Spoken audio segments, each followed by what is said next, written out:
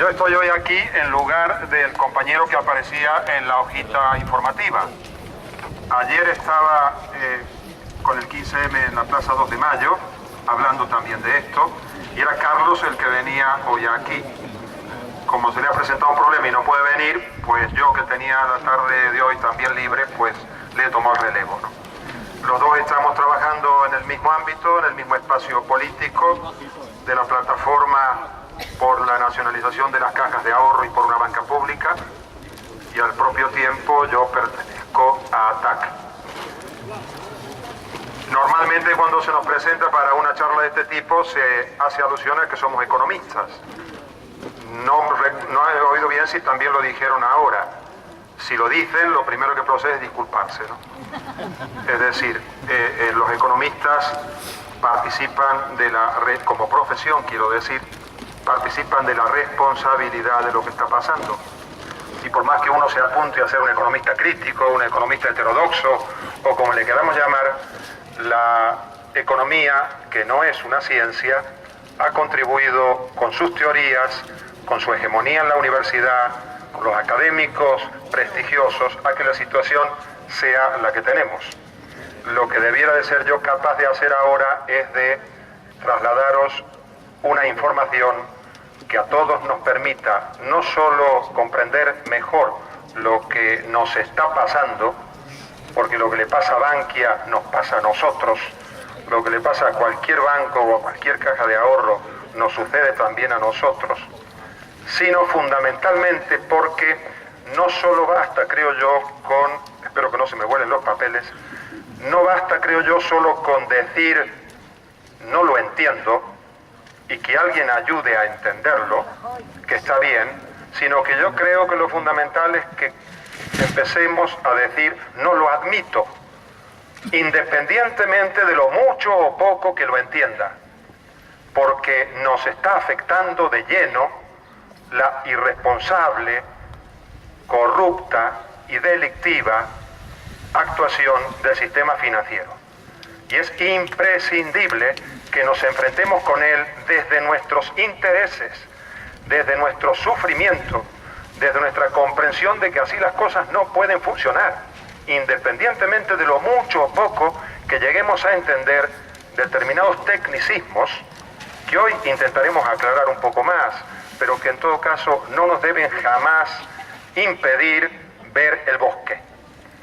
Los conceptos técnicos hoy los usan como arma, nos agreden con conceptos técnicos que nos los hacen adrede incomprensibles. La intención que yo tengo hoy es tres objetivos. El primero, introducir algunos conceptos básicos que pueden ser útiles para saber cómo funcionan los bancos, qué significa el funcionamiento de una caja de ahorro a diferencia de un banco y a diferencia de un fondo de inversión, para que sepamos quiénes tenemos delante. En este sentido, por favor, levantar las manos, decirme algo si no me explico bien, si el término técnico que utilizo resulta un poco confuso, para que yo desvíe la intervención o me demore en intentar aclararlo un poquito más. En segundo lugar, y la parte quizás, dime. No, nada. Buenas tardes. ¿Qué pasa con la gente mayor, con las preferentes que han firmado con la caja o el banco? Eso es un delito penal. Me gustaría que después en esta primera parte corta, no aparecerá directamente este tema, pero cuando entremos en la parte central, que es Bankia, el tema que ha planteado el señor aparece de lleno. Entonces yo solo le pido que me tenga un poquito de paciencia para llegar a ese punto y tratemos con detalle qué significaron y qué significan no solo las participaciones preferentes, sino también las acciones de Bankia, no solo las acciones y las participaciones preferentes, sino también nuestras imposiciones, nuestras cuentas corrientes, nuestra nómina, nuestras domiciliaciones. ¿Qué nos pasa con todo esto a cuenta del problema de Bankia? Y en un tercer lugar, esto sería la segunda parte, y la tercera sería que pudiéramos hablar sobre las alternativas que hay para salir de este aparente pozo sin fondo en el que nos ha metido el sistema financiero español. Y en este sentido aparece la propuesta de que es una alternativa la posibilidad de crear en España una banca pública a partir de las actuales cajas de ahorro que en su mayoría están hoy en manos del Estado, ¿no? Esa sería la última parte de la intervención. Mirar, decía un amigo, las finanzas son un asunto demasiado serio para dejarlo en manos exclusivas de los banqueros, ¿no? Y esa es la idea fundamental que yo deseo transmitir, es decir, los problemas que tenga un banco no solo afectan a los accionistas si es un banco privado, a los que tienen su dinero depositado allí, a los que han invertido su dinero a través de esos bancos, a quienes trabajan allí, sino a todos los ciudadanos, tengan o no relación directa con ese banco o con algún banco. Quien no tenga ninguna relación con ningún banco, igual sufre las consecuencias de lo que se hace con los bancos. Eso diferencia profundamente a los bancos de cualquier otro negocio. Si yo no tengo un coche y si yo vivo en la montaña, es muy probable que a mí no me afecte lo que le ocurra a la industria automotriz, porque no tengo ningún vínculo como consumidor, como usuario, con los vehículos. Ando a pie y no tengo ninguna inversión hecha en empresas de ese sector. Pero cuando el problema lo tiene un banco, así viva yo en la cima de una montaña, me va a tocar, me va a repercutir, me va a afectar. Porque la economía desde hace siglos funciona con los sistemas bancarios y los sistemas financieros. Y no parece posible, ni siquiera conveniente, una economía sin ese sistema financiero o sistema bancario. Sería volver al trueque de la antigüedad y parece más un retroceso que una alternativa. Nuestro desafío es, si es bueno y necesario tener dinero, si es bueno y necesario tener un sistema que gestione el dinero, ¿qué tipo de sistema queremos para que el dinero se gestione exclusivamente en beneficio de la gente, de la actividad productiva y del bienestar, y no con otra finalidad? Ese es el desafío. Hablando de bancos, mirar, habréis oído distinguir bancos comerciales, de cajas de ahorro, de bancos de inversión y en su momento de banca privada y de banca pública.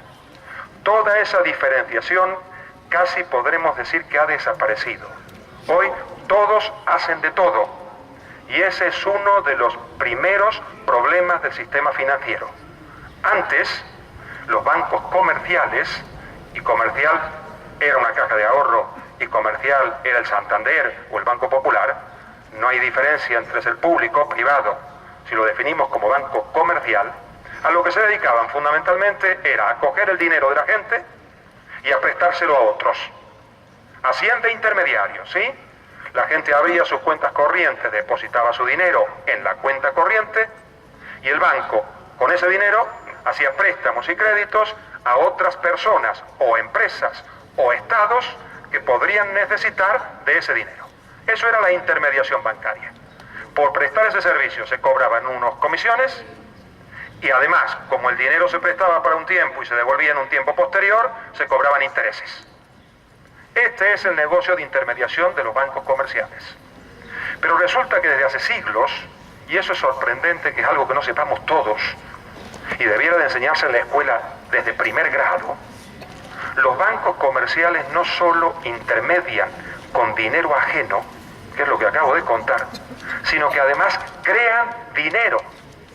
Son los únicos intermediarios en la economía que además de cambiar de manos el producto, lo crean, lo producen. Es inimaginable pensar que el frutero produzca manzanas. El frutero me intermedia entre el que produce las manzanas y yo que me las como.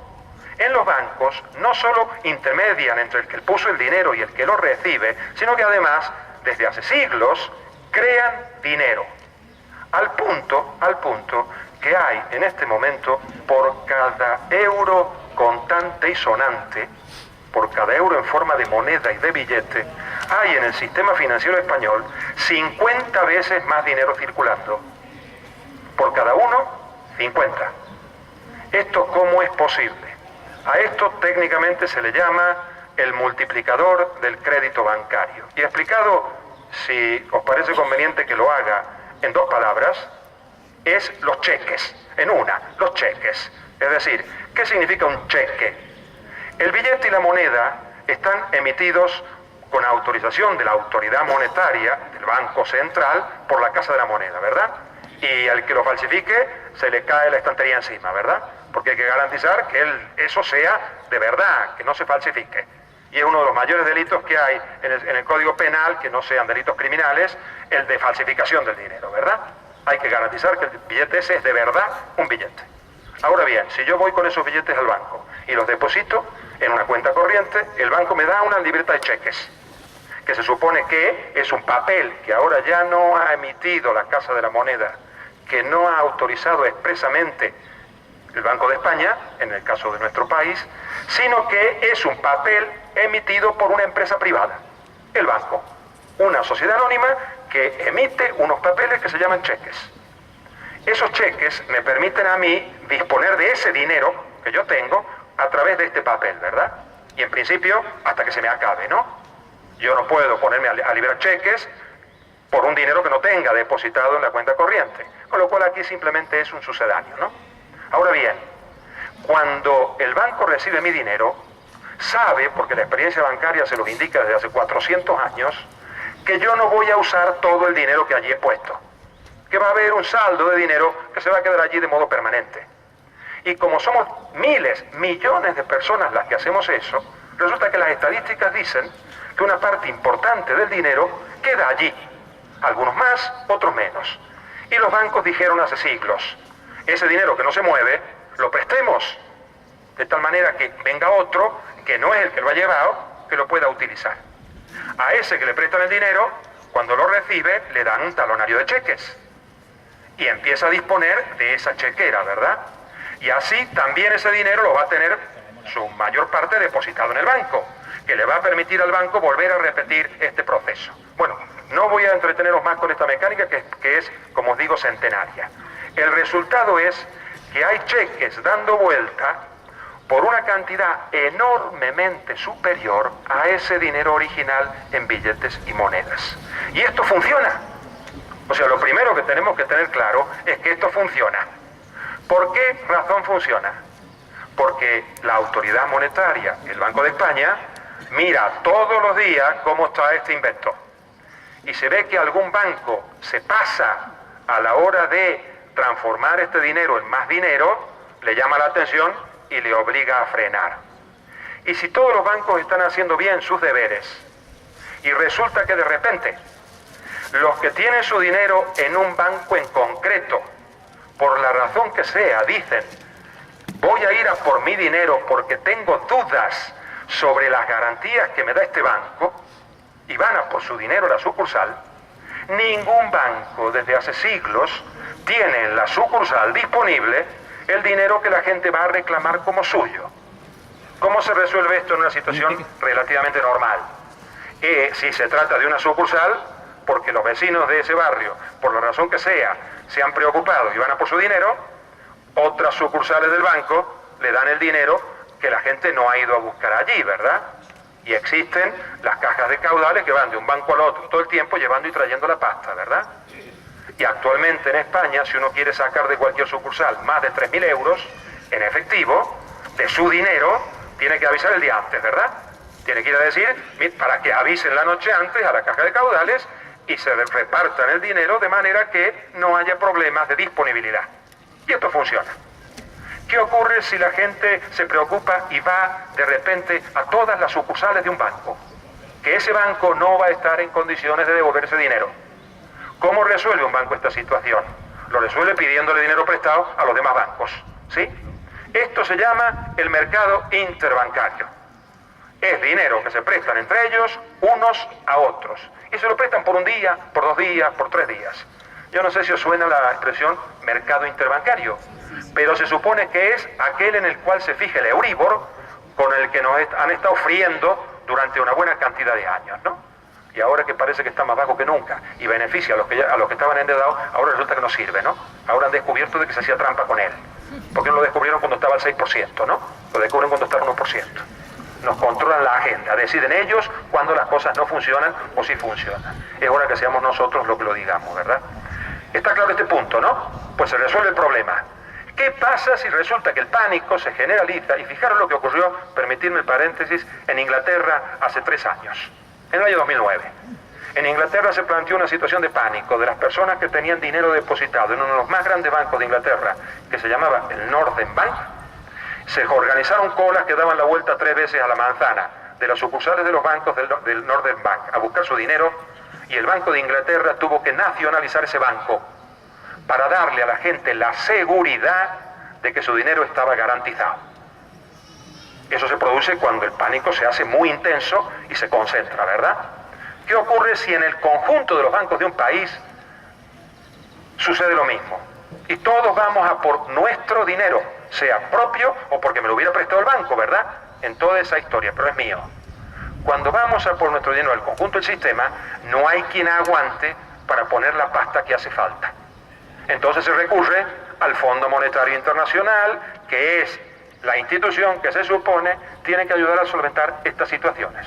Esto ha sido moneda corriente en Latinoamérica decenas de veces. No nos ha pasado a nosotros aquí aún nunca, pero ya el Fondo Monetario viene asomando la patita desde hace unos cuantos meses, por no decir años, ¿no? Le estamos viendo la patita al lobo con la aparición del Fondo Monetario Internacional. ¿Sí? Ahora bien, esto funciona porque la gente confía en el sistema financiero. Está claro, ¿verdad? Si se produjera una desconfianza generalizada, este invento se va al carajo.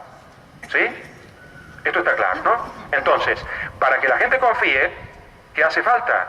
Que el Estado, vuelta al Estado, diga que hay un fondo de garantía de los depósitos, así se llama, fondo de garantía de los depósitos, que le asegura a todos y cada una de las personas que tienen dinero en un banco hasta 100.000 euros por cuenta, persona por cuenta, hasta 100.000 euros. ¿Vosotros pensáis que habría dinero suficiente si fuéramos todos a por el nuestro? ¿Por qué funciona esto? Porque al ser el Estado el que nos garantiza ese dinero, nosotros nos quedamos tranquilos. En definitiva, esto funciona porque nosotros garantizamos que funcione. No es ni la gestión del brillante responsable de la Dirección General del Banco, ni el Consejo de Administración, no, somos los depositantes los que sin entrar en pánico garantizamos que este invento funcione. Está hasta aquí clara esta cuestión, ¿verdad? Ahora bien, ¿cuál es la otra pata que le da garantía en el caso español a que el sistema financiero funcione? Es que en España se pagan las deudas. Es decir, pagamos nuestras deudas con los bancos. Pagamos hasta el último céntimo que le debemos. Menudo negocio. Hay millones de personas que cumplen religiosamente con su compromiso con los bancos, pagando sus deudas hasta el último céntimo. Y aún hoy seguimos diciendo, lo último que se deja de pagar es la letra del piso. Le llamábamos letra del piso antes, ¿no? Yo ya tengo la edad para acordarme que se llamaban las letras del piso entonces y no la cuota hipotecaria, ¿no? O sea, la letra era lo último que se dejaba de pagar. Se apartaba ese dinero el primero de todos. Menudo negocio. Asegurarse que la gente te paga hasta el último céntimo. Y cuando hoy no paga mucha gente y le desahucian, es porque literalmente no puede. Porque literalmente, y no por haber sido vago o maleante, sino porque la situación económica le ha llevado al paro. O sea, por una razón superior a su capacidad de trabajo, a su responsabilidad, a su esfuerzo, le ha colocado en la imposibilidad de pagar. Ese es el único motivo, no hay otro.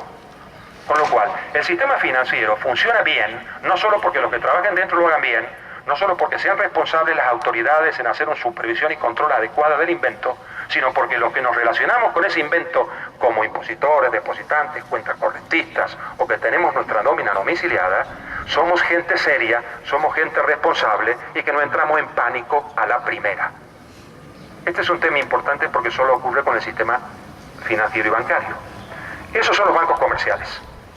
Las cajas de ahorro son bancos comerciales desde hace muchísimo tiempo. En ese sentido son un banco más. ¿Qué son los bancos de inversión? Los bancos de inversión no pueden operar con cuentas corrientes. O sea, este invento de multiplicar el dinero y de que le controle el Banco de España, ese no es práctica de los bancos de inversión. los bancos de inversión, por ejemplo, Banif, ¿no? Está por un lado el Banco de Santander, que es un banco comercial, y tiene a Banif, o el BBVA tiene a Banif, o no recuerdo ahora el nombre del banco de inversión del BBVA, que no es Banif, es otro. Son bancos que solo se dedican a gestionar el patrimonio de los inversores. Es decir, mis 100.000 euros que yo llevo al banco de inversión no me dan derecho a una cuenta corriente, a las domiciliaciones y demás. Lo que hacen es que ese banco me invierta ese dinero en función de su habilidad y su experiencia en la gestión de los activos financieros. Se encarga de gestionar mi patrimonio. Eso es un banco de inversión. Y lo que me cobra es una comisión. Y para hacer esto, desde hace unos años me hace una encuesta en donde me califican según el tipo de cliente que soy. Si soy un especulador, si soy conservador, si soy medio conservador, un cuarto de conservador, 2/3 de conservador. Firmo ese documento y eso le permite al banco coger mi dinero y ponerlo en una serie de productos que cumplen con ese requisito aparentemente. Si no cumple con el requisito, yo le puedo demandar. Si yo soy conservador y invierten en diamantes en África y el negocio no funciona, les podré yo reclamar que no han cumplido con el compromiso contractual, ¿verdad? Eso es un banco de inversión. Coge un dinero y lo invierte, no lo multiplica. Desde que gobernó Clinton en Estados Unidos, se modificó la legislación norteamericana y luego la mundial y permitió a los bancos comerciales ser al mismo tiempo bancos de inversión. Con lo cual, las cajas de ahorro, además de ser aquellos bancos comerciales, también han sido hasta ahora bancos de inversión. Uno podía ir a que le asesoren en qué invertir su patrimonio. Y de allí viene en parte también el asesoramiento de las participaciones preferentes. De allí viene en parte eso, que se dedicaban también a eso y no solamente a ser bancos comerciales, ¿no?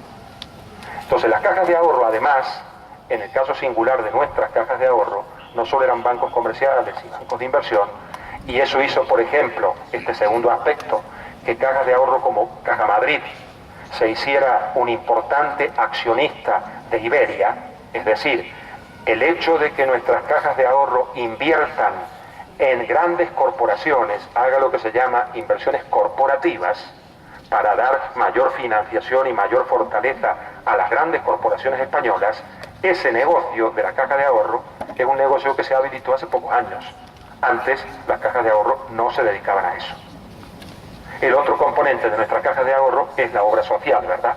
O sea, las cajas de ahorro estaban diseñadas de tal manera que al no tener ánimo de lucro, eso les distinguía radicalmente de todos los demás, era una singularidad, tenían que dedicar buena parte del beneficio a la obra social.